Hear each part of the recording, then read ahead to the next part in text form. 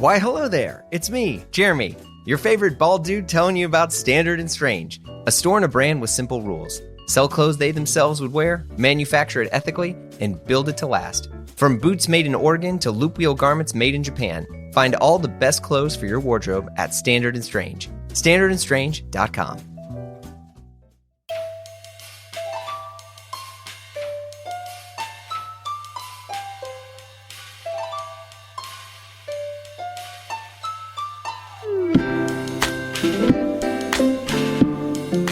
Hey folks, it's your favorite bald boy, Jeremy Kirkland. You're listening to Blammo, my podcast about people and clothes and all that good stuff. So, how we doing? I'm alive. I'm here. We are here. We're together. Right? Isn't that nice? Happy holidays or whatever it is when you're listening to this. It might be happy Easter. I don't know. Or a happy Halloween. Who cares? But we got a good pod this week. You know, it's funny because I actually say that every week, don't I? But you know what? I just put out good pods because the bad ones you'll never hear. I'm back from New York. Look, now here's a truth bomb. Dude, it was a rough trip. It was a rough trip. Rough. I had, life is full of ups and downs. I had some ups. There were definitely some ups, couple ups here and there. I usually have lots of them when I'm out there, but man, this one wasn't the best. It was just, you get some bad news with this, or you get some tech issues with that, or you get some, whatever. I'm not going to complain. I have an amazing life. I have a good life. I always got to keep that perspective. But dang, man, sometimes you're just like, fudge. But hey, the sun rises again. You listen to the Beatles, or you listen to my guest this week. It's musician, engineer, producer, fit god, Mayer Hawthorne. Mayer and I chat about smiling while singing, making custom silk robes, his new LP, why band merch sucks, because most of it does, stylish grandmas, Japanese tailoring, big pants, no jeans, stuck in the 70s, and not wearing clothes from the eras he lived through. All right, folks, let's dive in. Shout out Laird Superfood Mushroom Coffee Creamer. Are you on that stuff? I love it. I'm addicted. I'm addicted. Really? But I don't really care about the health benefits of it. I just kind of like it the way that it tastes. Okay. Yeah, that's fair. I started using it because I thought I could use this. I'm getting older. I already am doing my crossword puzzles every morning, my New York Times crossword to get my brain going because I feel like I'm so stupid now. I got addicted to it. The taste of it. It's crazy. Oh yeah, because I know that at one point, fucking stevia. Yeah, someone got me that dumb. It was called mud or something, mud water. Yeah, right. And I'm like, this stuff tastes like spicy dirt. It was just, It was not the vibe. I'm very particular about my coffee. Okay. I have to have my very specific type of bean. Yeah. Every morning. What are you you use the special grinder? You got your pour over. You got your. Yeah, I've got my Mocha Master. Yeah, I'm not it's not gonna ruin my entire day. I can't function without it, but I do really like my coffee. Well, how much of this stuff is, because I imagine there's probably a lot of routines, because your studio's in your house, right? It was. I just moved to Pasadena. Oh. So I'm in the process of, and I apologize if the mic picks up, there's a lot of construction going on over here right now. I'm building a new studio right now that will be an ADU that's not actually in the house, which is going to be so sick. Wait, okay, all right. I can't wait. Talk to me about this. What do you got in there? What's the gear? Oh, it's not. The gear is what I've really found over the years is that the gear just doesn't matter at all. It's not about that. For me personally, I mean, obviously there's guys that, there's people that totally are gear nerds and they're on gearstrut.com every day commenting and buying all this crazy shit. But for me, it's so much more about the vibe in the room. Okay. The feng shui of the room, the interior design, it's way more important for me personally that I just want to hang out in that room, because if I don't want to be there or feel comfortable in there, then I just am not going to want to go, you know? Yeah, no, that makes sense. I was like a second assistant for a engine, like a music producer guy. I would go in there and I would, basically sit in Pro Tools for him, or I would be going and setting up mics, and a few different musicians would come through. And some of these guys were like legit dudes. I mean, at one point, I think this was like when Gavin DeGraw was like really popping. Mm-hmm. There, different musicians would come through, and one of the things that this producer would do is he would be like, "Hey, wait, what are you wearing before you go into the ISO room?" And like for folks who don't know, like your ISO room, that's like where you're going to do your vocals.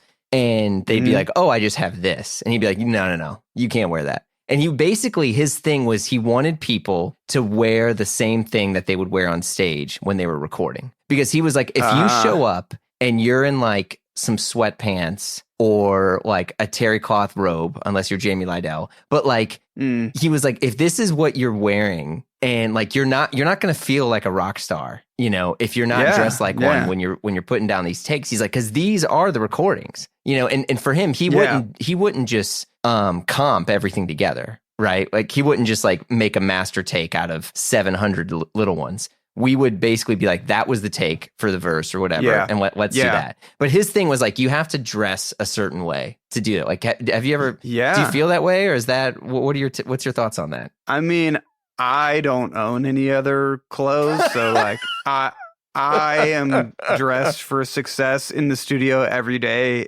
or anywhere that I am. If I'm at the grocery store or whatever, like I don't really own sweatpants like that. So I don't know. Yeah, maybe I'm the wrong guy to ask that question, but I do feel like, what is like I've found is actually really fun. It does translate in the recordings. Yeah. Like you can hear everything. Yeah. You can hear a lot of things in the recording that you wouldn't think. Like a big one, for example, is I always tell people to smile when they sing. Yeah. Yeah, my dad used to do that. It really comes through in the recording. You can, and it doesn't make that much sense, but you really can tell the difference. Yeah, no, I wholeheartedly agree. My dad was an engineer and musician for a long time, and he would always be like, that would be a trick he would have people do. Apparently, it's like a Nashville country singer thing too, where it's like that's.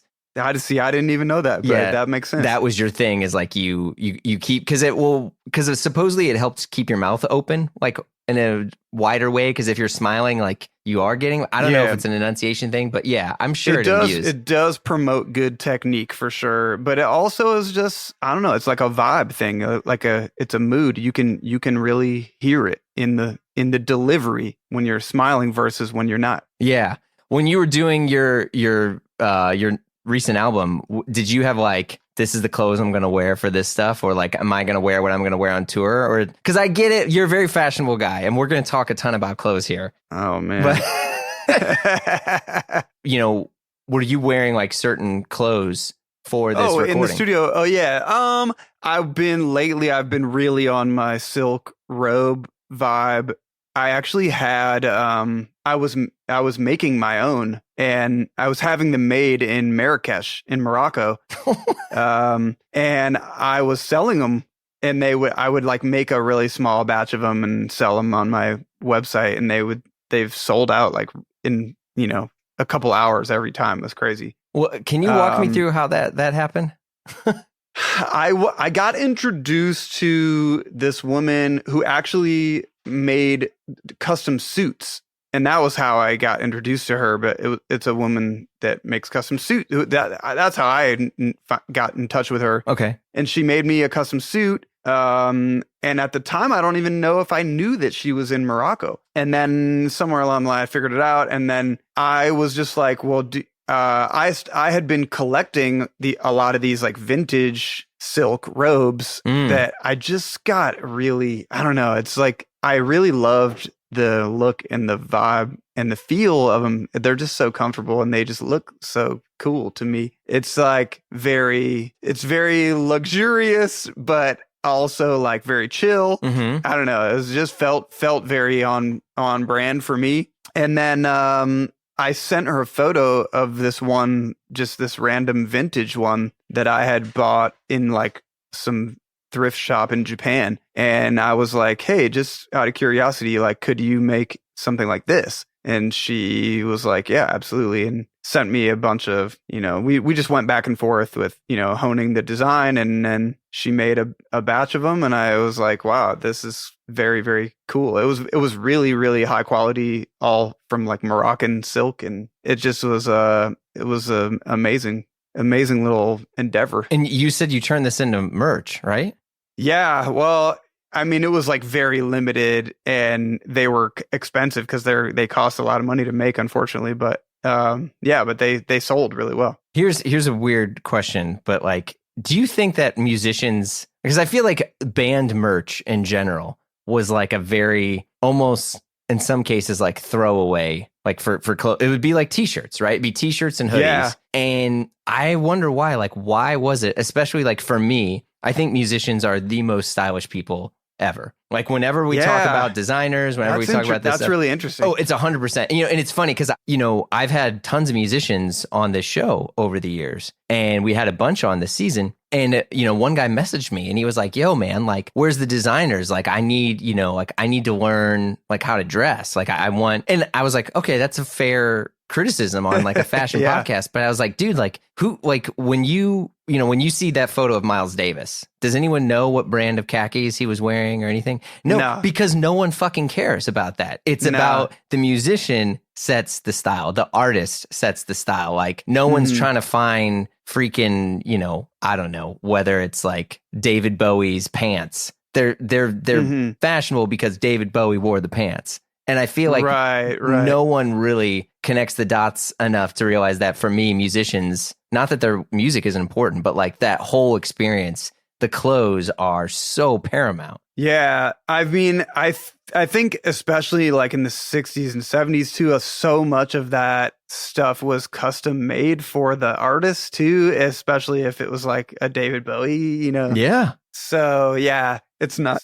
But I do agree that like it is tragic that band merch is generally just kind of like throwaway crummy t-shirts and stuff. And it's something I have really struggled with my entire career because I have really tried to buck that and like make better quality merch and, more interesting things than just t-shirts. And it's been a struggle, but also very rewarding at times. Yeah. I made one of the first like big merch like moves away from just like regular band merch. I made a Mayer Hawthorne umbrella. With who? Because I had this song called "I Wish It Would Rain" on my first album, and I was like, what would be cool? A custom Mayer Hawthorne umbrella. And I designed this pattern, that I basically just like looked up a Gucci or a Louis Vuitton umbrella, a vintage umbrella. Yeah. And I was like, okay, what if I do something like that? Yeah. And I designed this pattern and I found this company I'm sure it was in China that would make me a custom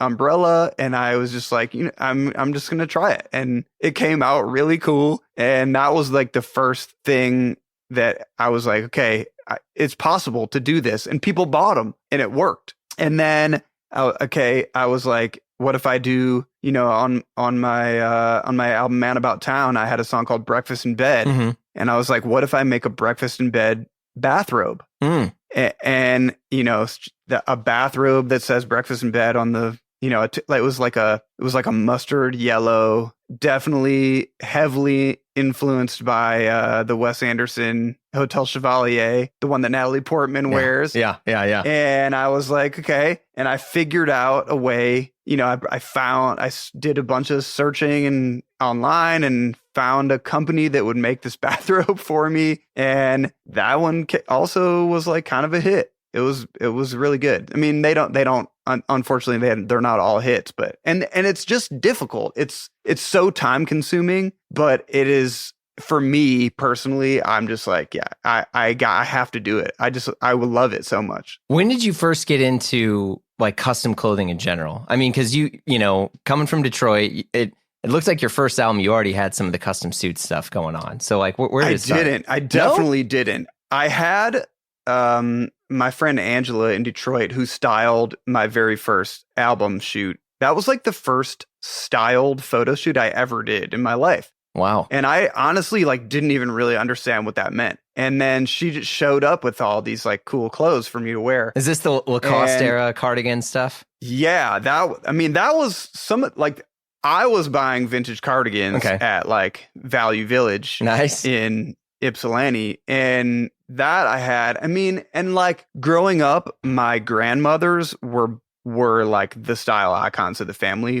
Both of my grandmothers were really stylish, and I wish I would have paid more attention, honestly, to like, but when you're a kid, you just like don't. Yeah, you're exactly You're right. just not, you're more interested in other things. But my grandmothers were definitely like my biggest style influences. And I'm sure like a lot of it just rubbed off on me without me even trying. Yeah, like there's things that like I'll look at old photos of grandparents and I'm like, oh, wow, like he wore his watch on the inside of his wrist, which was more like, veteran style to keep from reflections of snipers or whatever. But like seeing the little, that's very cool. Yeah, seeing the little, little eccentricities and stuff. Yeah.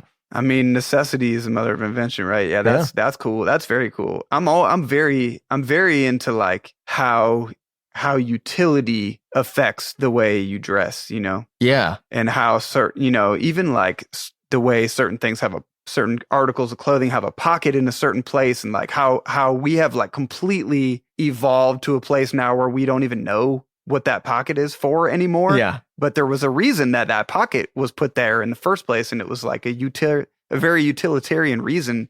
And I love the history of stuff like that. Yeah, like ticket pockets on suits to this day. For sure. No, there's no reason to have a ticket pocket, but you had one because it was where you put your train ticket. It's like there's the special. It's in a way, it's like the cell phone pocket of our time. Exactly. Yeah. So you get into custom clothes through. It wasn't until much later when I moved to Los Angeles and I hired my first stylist, my friend Monty Jackson. He taught me so much about it. And I really credit him for like so much of like how I look at fashion now, and even just like learning how to dress myself the right way. I mean, it's crazy because, just being a public figure, I guess, for better or whatever, for lack of a better You term. can own it. Yeah. Like you're a celebrity, a musician. Yeah, go ahead. People really got to like watch me figure out how to dress myself in real time. And early on, I look back at some of those photos and I just like cringe so hard. I just like had no idea what I was doing.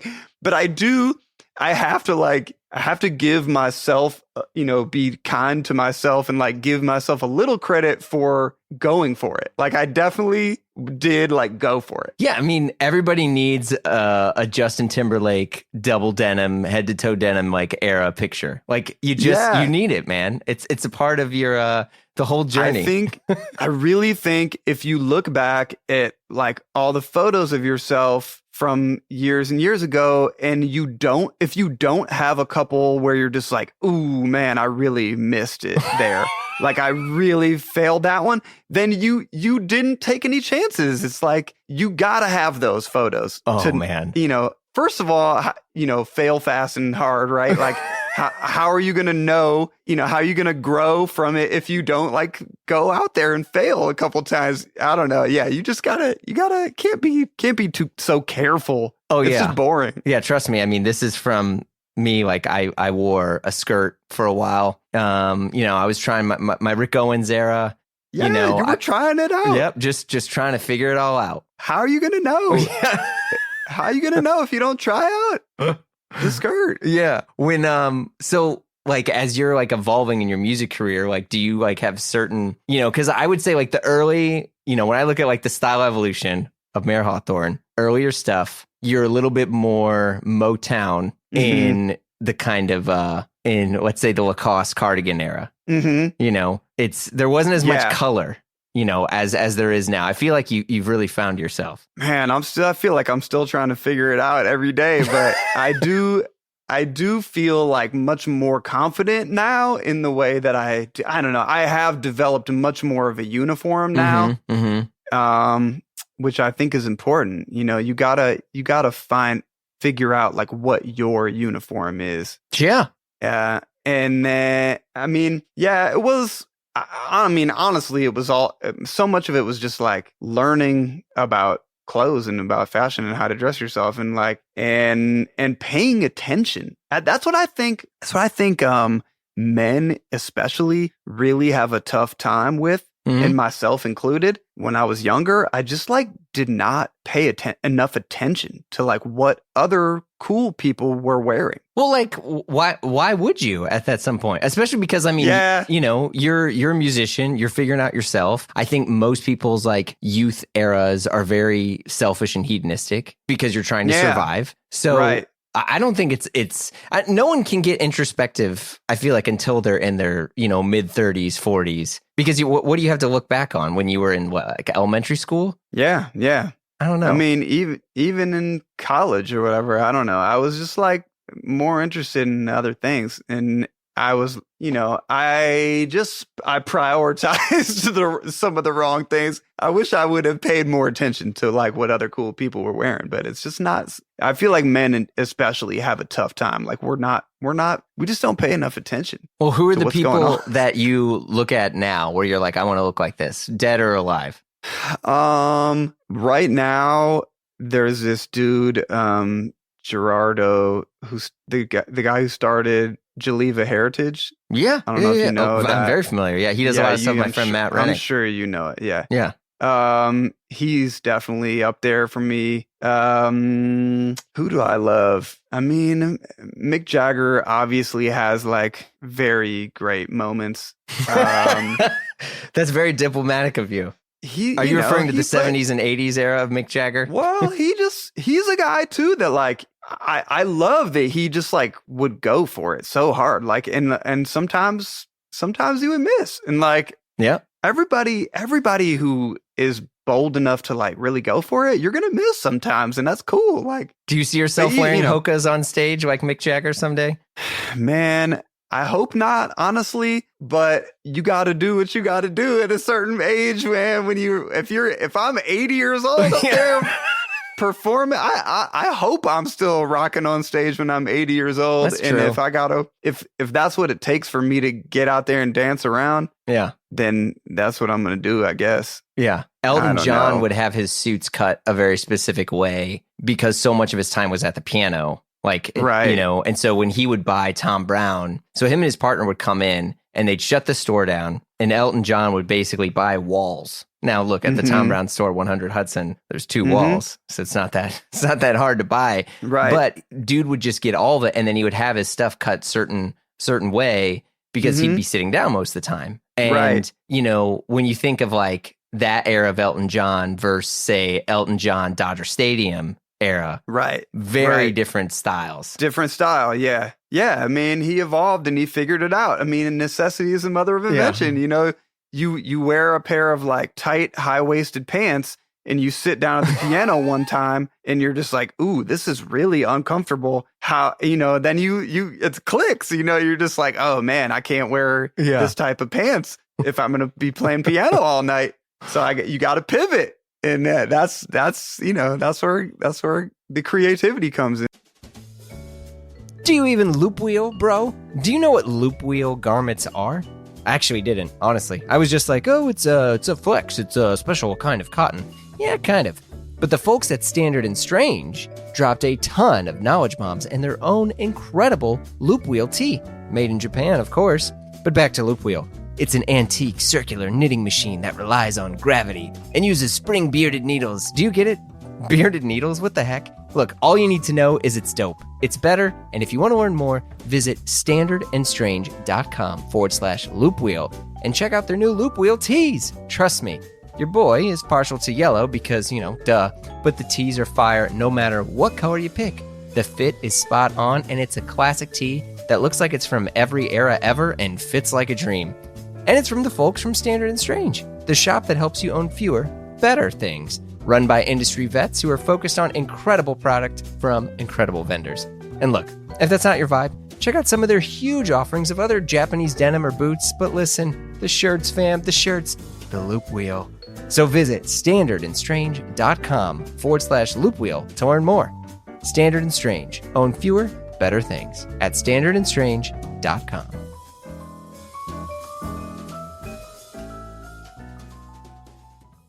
So when you start to get some more success under your belt in your career, where did you start to splurge on, say, like your clothing stuff? I mean, suits for sure. I was like obsessed with suits, and I still am like very obsessed with suits. I've always been a big vintage guy. Okay. I just think like there are enough clothes in the world. Like if this is a hot take maybe, but like if everybody just if they made it illegal to make new clothes, there'd be plenty of clothes for everybody. Forever.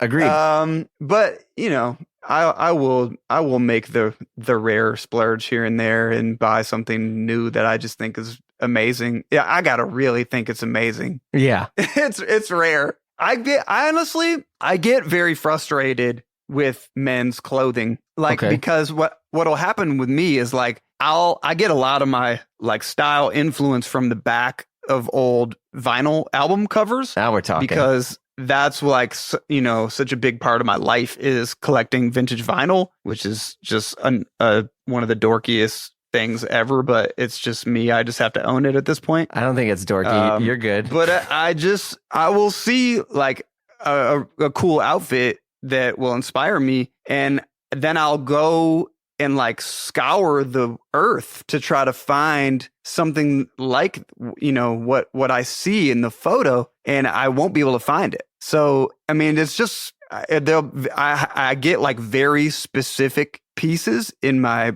head that I'm just like, yo, I need this specific shade of blue velvet pants.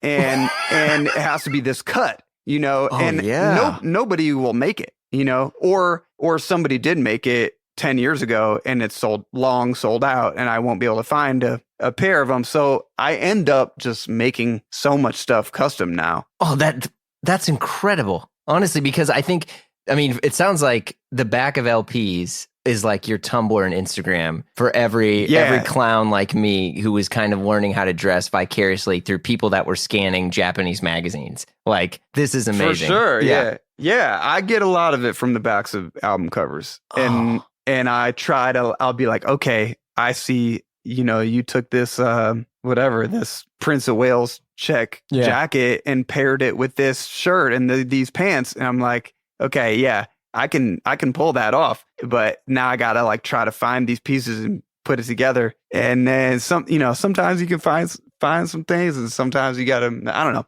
I've gotten very into making custom clothing, and I think a lot of people think that it's like that it's really difficult or that it's like really, really expensive, and it's really not. Okay, you can get clothing custom made, and it's not a lot of times. I mean, it depends on how elaborate you want to go, but it's not as expensive as people think it is.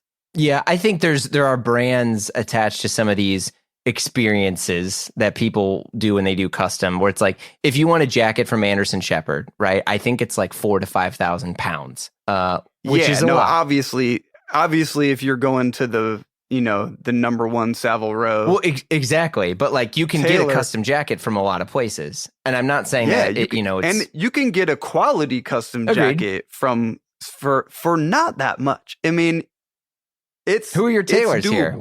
Share some facts here. I mean, my favorite is my man Kyosuke Kunimoto in Tokyo. Whoa. He's made he made my wedding suit for me. I just got married a year ago, and Congrats. He made my custom wedding suit for me. Thank you. And then he made my last tour outfit for me, my tour suit, which was crazy, which was also inspired by, like, I think a Kool and the Gang album cover. Oh my God. It was like a stage outfit that they rocked back in the 70s. Kyosuke Kunimoto-san. You got to check out Cade. I feel like you'd be a tailored Cade guy. Yamamoto-san who does... Tailored Cade does... so Yamamoto-san is similar to Kyosuke, and he basically dresses from like Life magazines. And I say this like, and it's not derogatory in the sense like he sells a whole look. Like, so he made me years ago a really, really beautiful, like pretty long, like classic top coat that was in this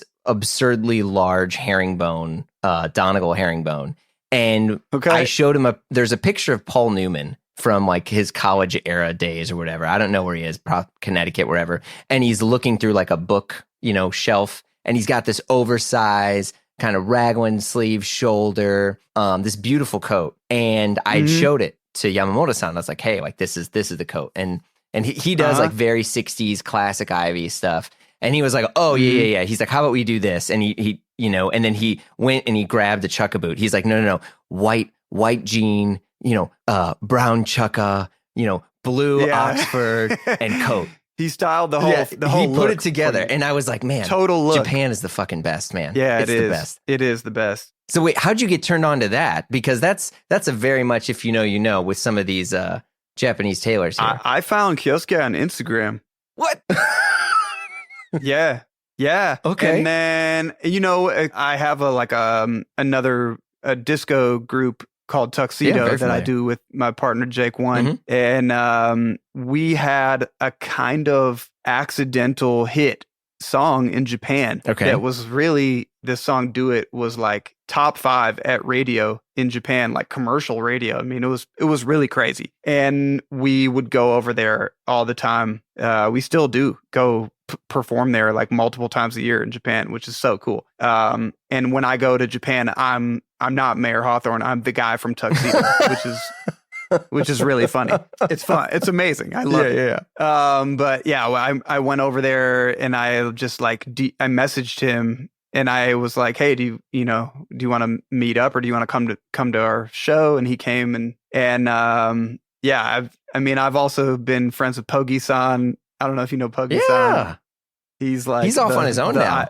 He's a fashion icon of Japan, for sure. So yeah, that's been really, really fun for me. I mean, yeah, all the Beams and United Arrows stuff. Yep. I mean that's still, because I mean, like I was saying earlier, like I feel like I didn't really learn how to experiment or really dress more until I was looking at magazines like Free and Easy. Like like the Tumblr era. Where it was like Mr. Rugged Man and all these different things that would kind of show you how to, and there was so many times where like Mr. a friend Rugged of mine, Man is a hard ass name. Dude, it was so good. It was so good. But this were like these cool Red Wings and then the Sierra designs, but like in a weird way. And my only criticism of that stuff is it was so, it was so like detailed and like you could find every single thing on there that I actually didn't really learn about myself in the meantime. Because I'm like, okay, I got these 1947 501s. I got the Sierra designs. I got the bucket hat. I got the, I got the hiking boot.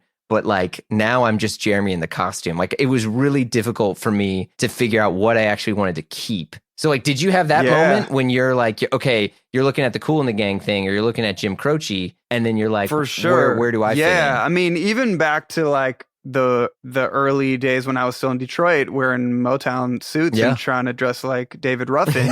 And I had to be like, okay, and then originally I was like, oh yeah, my cool twist on it is I'm going to wear sneakers with my suits. There he is. And this was like not, at the time that was not a thing. Yeah. Like, and now I feel like it's such a thing, but that was not a thing then.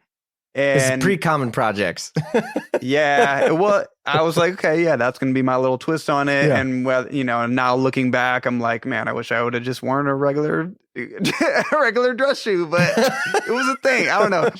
You can't be mad at it. I don't know. It was cool at the time. Yeah. No, I mean, I still think it is kind of cool to do that. But you do got to definitely like, I don't know, like you were saying before about trying out the skirt. I mean, you just gotta try it and figure, because the most important thing by far is you have to feel good in it. Like you got to feel confident in it. So like if you throw on that whole, the bucket hat and the full fit and the, whatever, the Red Wings, and you don't you feel like you're in a costume and like you don't feel confident in it. That's going to affect the way you walk and talk and the way you interact with people, and that can be very detrimental. I mean, I feel seen. Like I take Lexapro for a reason now, and so I'm getting more confident. You gotta wear what you feel confident in. That is the most important thing. When you go up on stage and you're Mayer Hawthorne, because you're Mayer Hawthorne in real life and on stage. It's blended a lot more as I get older. Yeah. I feel like when I first started, it was like I was really just trying to figure it out and figure out like, who is this Mayer Hawthorne? I mean, it happened so fast. Everything just kind of came out of nowhere and was like, I was really trying to figure it out. And as I've grown and evolved and progressed, I feel like it's really blended together a lot more, and it's become one thing where like I am Mayer Hawthorne. Yeah. And Mayer Hawthorne is me. Yeah. Because I like that is a difficult thing. And it's where you see, a lot of different players, like in musicians, where you see them in person. And so I worked in the music industry for a long time. And like I had, I would hang out with some of these guys before they'd go on stage, and they were like not in character, which is totally fine. And then, the lights go out. They're like, all right, I got to walk on stage. You walk out of the green room, and it's like, you ever seen Usual Suspects when Kaiser Soze is and slowly turning into, he just like starts walking normal. It's like that scene when you see these people start to like become the rock stars on stage. Yeah, and it happens before your eyes, and you're just like, oh shit, it's happening. The transition is real. Yeah. Yeah. The only person I've ever seen do that is Tame Impala, where he just like, Kevin. Yeah, Kevin, where he just walks out, and it's like, it was no different than like him waiting in line at a McDonald's. Like he's just like, he's just him. Yeah. He's Kevin. He's Kevin no matter what. Yeah. Which is also very cool. Yeah. I mean, that's a tough thing. But he's just cool as Kevin. So he doesn't need to do anything. Yeah, that's true. I don't know. Yeah. I think every stage performer, even if you're not performing live on stage, even if you're just performing on a recording on the album or whatever, you're playing a character. But I think as time progresses and you do it long enough, hopefully the lines blur a lot more, and you don't have to perform as much anymore. It's just you get more comfortable, and you figure out like, okay, what is this, and how to blend the two. Yeah. So like a lot of this stuff, like if people start trying to look you up on the internet, and like I've listened to your music for years, and your music has definitely evolved, but a lot of people still classify you as a soul singer. Do you think that's still fair? Soul music is always going to be the root of it. Yeah. And that's where it all comes from. And especially the harmonies, I think, is like really a big part of where it comes out from my music. That, the moments and the whatnots and the shy lights and the stylistics and those groups with the 4-part harmonies, that is something that is always going to be there for me. It's like the thing that I feel like I just can't get away from. I just love it so much. But yeah, my music has definitely evolved a lot over the years. I just get bored so fast. For better or for worse, I feel like a lot of, and I've said this before in other interviews, but like, I feel like if I could, I'm jealous of artists who are able to do the same thing over and over and over again. Cause I do think it really helps them in their careers. Cause that's like, what people want from them. But I've just never been able to do it. I'm too ADHD, I guess, for it. Like I can't just do the same thing over and over again, or I get bored, and I can't be bored. Or otherwise I'm not having fun, I take a lot of issue with people who don't want the artists that they love and listen to not evolve. Right.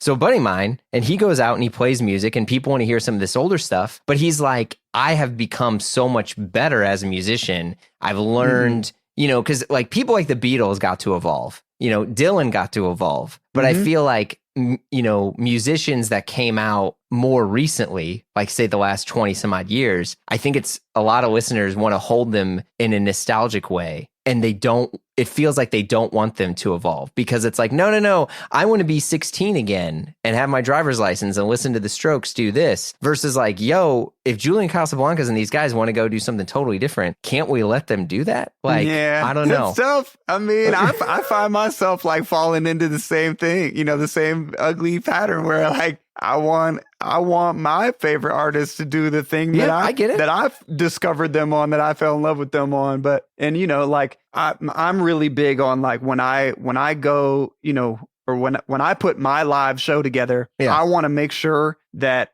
I sound as close to the record as possible when I'm performing the songs live, because I know as a fan, a music fan and a listener, like when I go to see Tokyo Police Club or whoever perform what a callback. The song, when I go to see them live, and I know that was a random one. When I go to see whoever, Radiohead perform live, I want to hear the song. I don't want to hear some, weird cover version remix.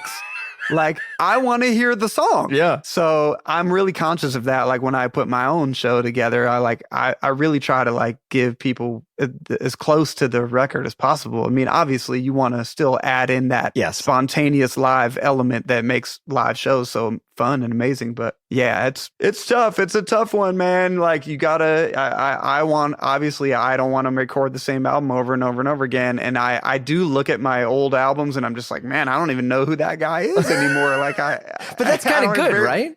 Yeah, I think so. I think it's healthy. I mean, most of my favorite artists ever, Outkast, the Beatles, Steely Dan, whoever it is, like they have all evolved and changed and grown in their last album just doesn't sound anything like the album five albums ago. But yeah, it's tough. It's tough. I find myself falling in, like I said, I fall into the same bad ugly habits where I'm just like, man, I don't want my favorite band to change their sound. I want them to sound like the last album that I loved. Yeah.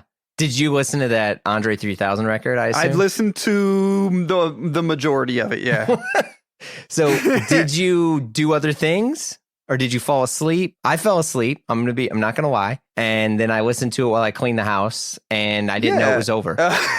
Yeah. It's, I need to, I really do want to like, devote some time to like, just, immerse myself in it and listen to it all the way through. Cause I do feel like he deserves that. Well, I agree. I think there's basically some sort of like Harvard case study you could write about how people respond to artists learning and evolving and whether or not we want it to be public or private. Like, Andre 3000 gave this interview where he was like, oh yeah, I mean that GQ thing where he was like, yeah, some of these songs I was a baby and I was learning how to play this. And a part of me was like, yeah, that was cool. Yeah, it was. I mean, the interview I read was that amazing. interview. Yeah, it was very cool. But I was like, wait, it's brave. Like, yeah, I'm like, I don't know if I want to hear you learn. Like, yeah, I want the master to be making the art and I don't want to see the sketches. I want to see the masterpiece. And it made me think more about like my relationship with musicians in general. Cause I hold them in such high regard. I do feel like,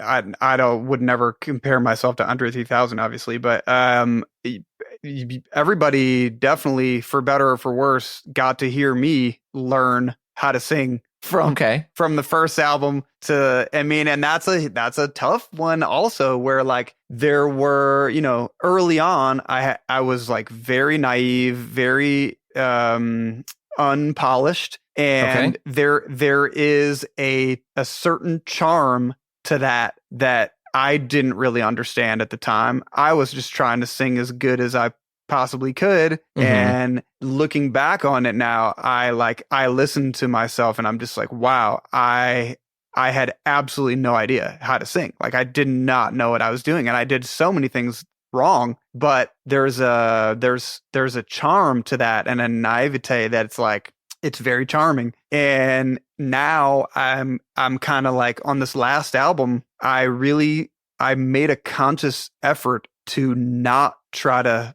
be perfect, to do, a few takes and take, I do one or two takes and be like, okay, yeah, that one has whatever one feels the most real and has the most emotion, or, just that has the best performance. And I would take that one and I would try to I would definitely hear things in it that I'm like, oh, I could do that better. But I would consciously stop myself. I have to go in and stop myself now because otherwise I'll try to go in and make it Beyonce perfect. Yeah. Like, and it's not, auto tune or pitch correct or whatever.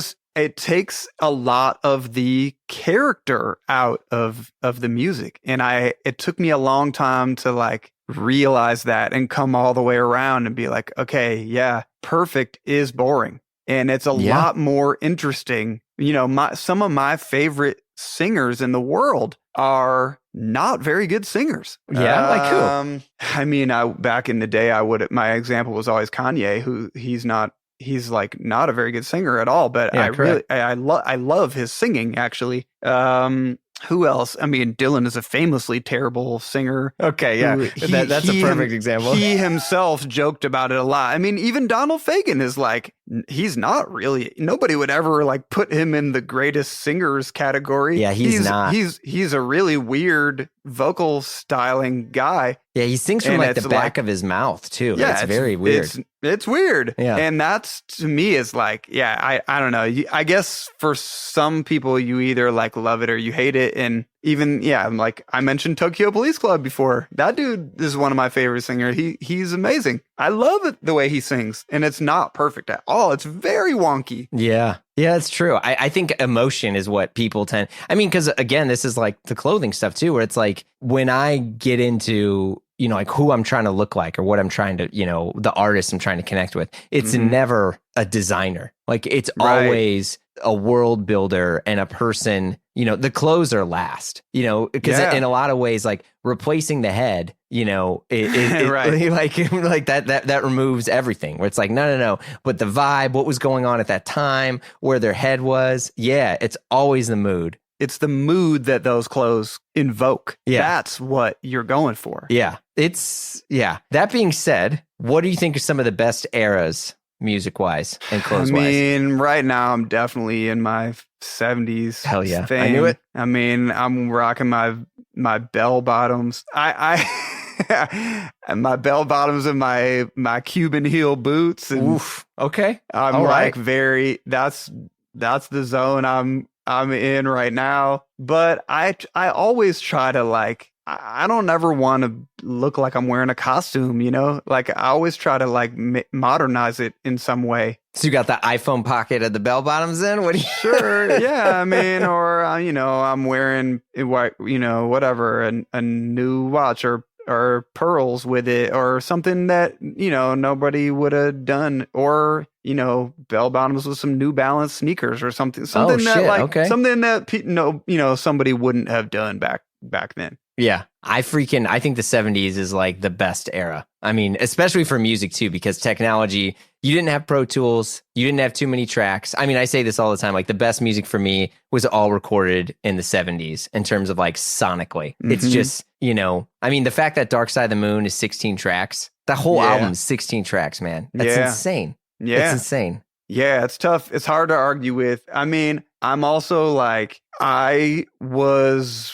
missed the 70s, so I didn't do it. I didn't do it the first time around. So now, I don't know.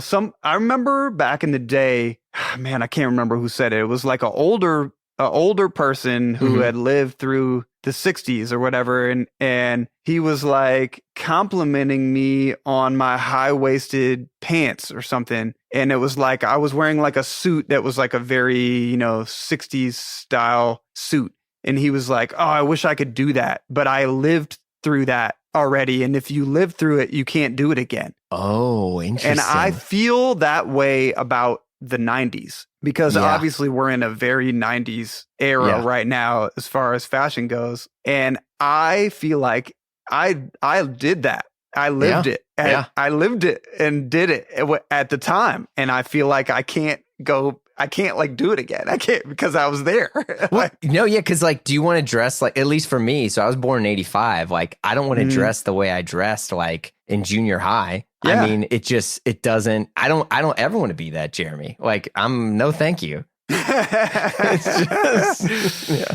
I feel like there are probably a few little things that you can borrow from then, but yeah, it's really interesting how like everything comes back around, and I'm old enough now where I see things coming back around from when I did it the first time, and I'm like, oh no, yeah, I can't do that again. Yeah, that's so true. Oh shit, Yeah. I never thought of it of just like that if you lived it.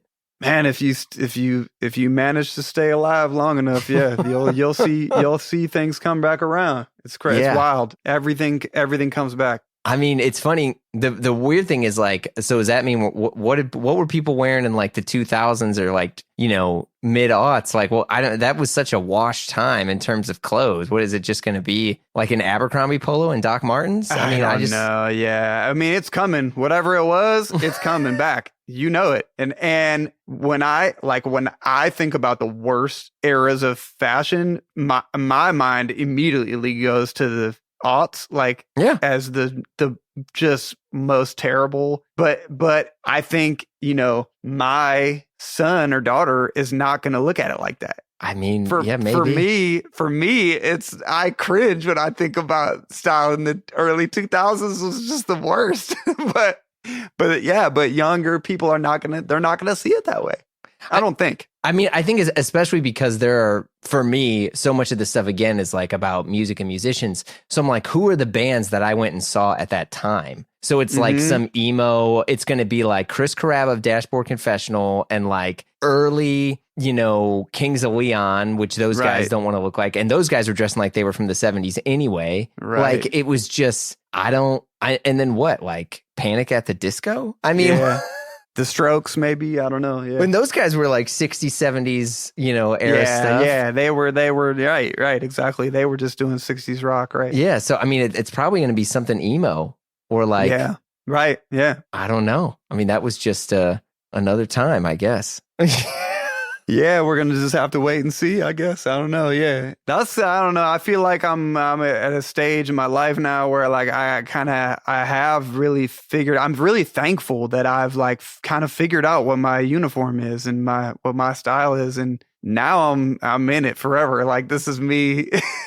I mean, it's a great feeling. It is great because I don't feel that pressure to like, I do, of course, like try to pay attention to what's going on. And if I see something, like a new trend or something, if I see something that speaks to me and I'm like, okay, yeah, I like that. I could incorporate that somehow. I will, but I don't feel that pressure to do that anymore. I'm like, yeah, I got my thing. Do you see yourself ever getting like making more clothes and doing more like clothing design? I mean, because you're already designing a lot for yourself. Like I'm sure there's tons of people that already want to dress like you. Like I don't know if you see yourself doing that. Yeah, no, it's something that I definitely am interested in. But I also don't want to like insult the people who really do this for a living and people who like went to school and trained for it and I don't know. If I do it, I do want to just do it respectfully, I mean, you're putting yourself in a corner there. Like Stevie Ray Vaughan couldn't read music. He was fine. He was a good guitar player. Saying that you didn't have the training doesn't mean you're not qualified. Just putting that out there. Okay. I'll take that into consideration. Thank you. I appreciate it. But anyway, we're starting to wrap here. I want to go through like a few sort of kind of rapid fire, whatever questions here. You have a lot of good gear. I mean, being that you're on the production side, that you're on the performing side, what is some gear that you feel like you would never ever tour with? I would never tour with? You would never tour with. It's either too precious or it doesn't work. I have a synthesizer that I use on a lot of stuff called the Memory Moog. That's like it's a very expensive, rare synth now that is very fragile. I mean, if you just like look at it the wrong way one day, it's not going to tune up, or it's going to, I don't know, it's always in the shop. It's like, old synthesizers are like classic cars where like, you just got to like assume that they're going to be in the shop every couple months. Like they're going to need repair. So yeah, that's one thing for sure. Like the vintage synths are really tough to take on the road. Yeah, my dad had an Opus 3 and he hated touring with it. It was a Moog Opus 3, and because it also, you tuned it when you played it. So you would actually, like anytime like people had cordless phones, not actually a cell phone, but like a cordless phone, you'd have to keep it away, or we'd have to unplug it whenever he was recording with it, because it would pick up the wireless thing of like, it was like a 900 megahertz cordless phone or 700 megahertz, whatever it was. You'd pick up a radio signal, a random radio signal. Yeah. I mean, and so there's always like, because especially now, so many people are wanting to get into like real classic synths. And it's just like, man, that stuff, like, you got to keep it chained to a wall. That stuff's tough, man. Yeah. I do a lot of DJing too. And like, when I DJ, I try to spin vinyl as much as I can. And like, I really try not to be like too precious about, cause some of these 45s they're getting up there in price now, that it's just skyrocketed in the past couple of years. And like some of these things, I'm like, I feel crazy, like just taking them on a plane even, or like, playing them out live. Like it feels crazy, but I really try to like look at it like records are for playing, and it doesn't do any good to like have them sitting in a box at the crib. Yeah. It's like, or on the wall or whatever, like they're for playing. Yeah. Other question, somewhat related, but, do you believe in jeans? I don't see you as all the photos and stuff I've seen of you, and I've seen you perform live. Never jeans. Just kind of curious. This is a very funny question. I did not actually own a pair of blue jeans until maybe 2 or 3 years ago, and I finally was like, I bought a pair of vintage Levi's. I think they're 510s. That's or 511. Okay. And the only way that I will wear them is with the full denim shirt. Wow. It's just not. Yeah. I don't feel like it's me. I don't know. It's weird. It's really weird because I used to wear them. Obviously, when I was a kid, I wore jeans all the time, and I just got to a certain point where I was like, it just didn't feel right for me. And I didn't think they looked good on me. I didn't feel cool in them. And I finally figured out a way. I was like, I was looking at an old photo of Serge Gainsbourg, I think. He's another, you were asking about style icons for me. I mean, Serge Gainsbourg that's an all-timer right there. But he was one that I was like looking at an old photo of him, and I was like, damn, he pulled off the double denim. And he did. That was a way that it still kind of looked like a suit. And I was like, yeah, I can experiment with that. And that felt good to me. And I went to, I think when I was in Paris last time, I stopped in Husbands in the Le Marais. Oh yeah. And I bought a really nice denim shirt from them with the oh my God, what do you call it? The like opalescent buttons, the little pearl snaps. Yeah, the pearl snaps, exactly. Yeah. And that is like, I'll pair it with that. Good. Yeah, really, really nice. Yeah. Love that. Husbands is very much, that's like the Mayer Hawthorne brand, basically, in terms of their aesthetic. And they got the big, wider leg jeans, but like a very slim waist on their sport coats and stuff. Yeah, that's a Husband's rare example of something that I will like splurge on. I'll buy some stuff I'll go get a Husband's shirt or, a suit from them. Yeah. Yeah, they're so good. They're really good. Last question, but somewhat related. Do you think Daft Punk will ever get back together? No, not at this point. And are they overrated? No, I don't think they're overrated. I think the fact that I just turned on, I don't know, I was watching some show. It was like The Crown. I think I was watching The Crown last night, and they played Daft Punk in The Crown. I'm like, what? Okay, still going. I'm like, that tells me they were definitely not overrated. They were amazing. What they were able to do. The thing about Daft Punk that's so crazy is there are so many bands throughout history that have tried to pull off the anonymity thing So many. Yeah. And nobody Yeah. was able to actually do it except for them. Oh, And that's a really good point. I never thought of that. Marshmallow, or I don't know. Does anybody know what he looks like? I'm not sure. Yeah, I don't know. I don't think he counts. Not to be rude. Sorry. I mean, time will tell. Yeah, that's true.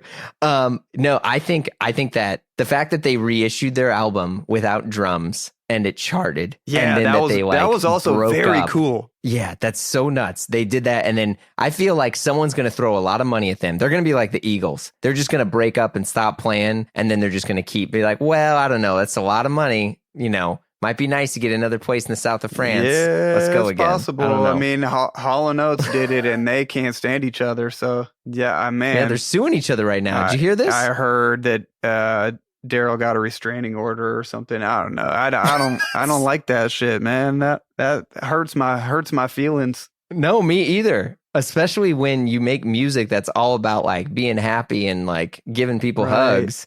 Then you're hating on your brother.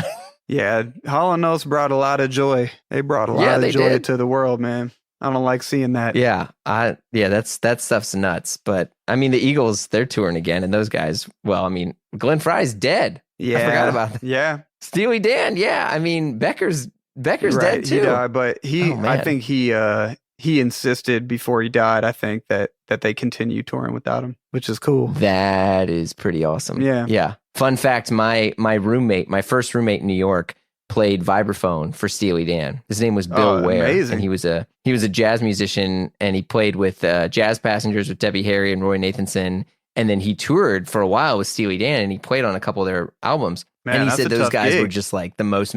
Yeah, he said they were the most crazy, like militant dudes he had ever worked with ever. Where they would be like, constant. Like they would ask some of their musicians to practice scales. Yeah, yeah. It was nuts. That's why Dan is Dan, Yeah. I respect it. You got to respect it. I mean, that's heavy. I do respect it because I mean, Pretzel Logic is still. I don't want to play in the band, but I do respect it. Yeah. Well, Mayer, thank you so much for chatting with me. This was really special. Nah, Jared, thanks for having me, man. It was great to meet you, man. Thanks for having me. Yeah, my pleasure. That's it for this week's show. You've been listening to Blammo. Our show is produced by Blammo Media. We're edited by Amar Law, and our theme music by the mysterious Breakmaster Cylinder. If you like what you heard, share the pod with a friend. Just send that little text. Hey, buddy, check out the show. I don't know. Do whatever you want. Leave a review on Apple Podcasts. Give us some 5 stars. Give us some thumbs up. Whatever the things are that you do when you like things. You can follow us on Instagram for all the hot content at Blammo Podcast. And if you want to talk to us and give us your hot take, we'd love to hear from you. You can send us an email. What'd you think of that? You can even send us a voice note. Why not? Do whatever you want. info@blammopod.com. And check it out. Last but not least, if you want more Blammo, you were listening to this, you're like, man, I need more. Well, first off, we got hundreds and hundreds of episodes for you to dive into. They're all great. Dig in. But if you want to hang out with the Blam fam, you can visit and join us at patreon.com/Blammo, where we have tons of exclusive shows, which includes Blammo Presents Die Workwear. We got the Triple J show. We got, good Lord, we got a lot of stuff. But most importantly, we got the Blam fam in there, which is our private members-only Slack group where folks talk about, I don't know, cool wallpaper, great hot dogs, city guides, and does this fit look good? It's a lot of fun. Check it out. Dive in. All right. See you soon.